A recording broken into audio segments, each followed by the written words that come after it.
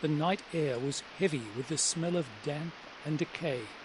Now and again the moon peeped out for an instant, but clouds were driving over the face of the sky, and just as we came out on the moor, a thin rain began to fall.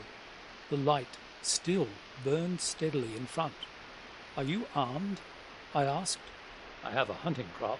"We must close in on him rapidly, for he is said to be a desperate fellow. We shall take him by surprise and have him at our mercy before he can resist." "I say, Watson," said the baronet, "what would Holmes say to this? How about that hour of darkness in which the power of evil is exalted?"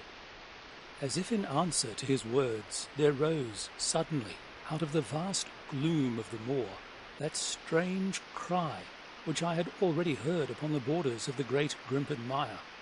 It came with the wind, through the silence of the night, a long, deep mutter, then a rising howl, and then the sad moan in which it died away.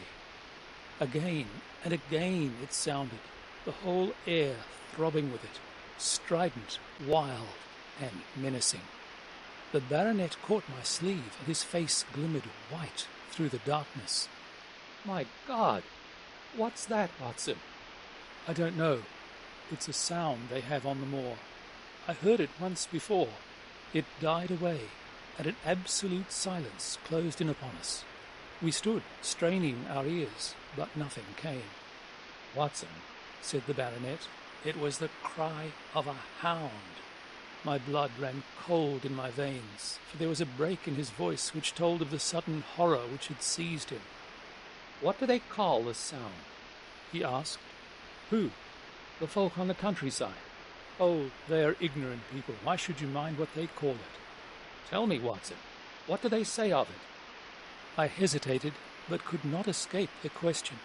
"They say it is the cry of the Hound of the Baskervilles."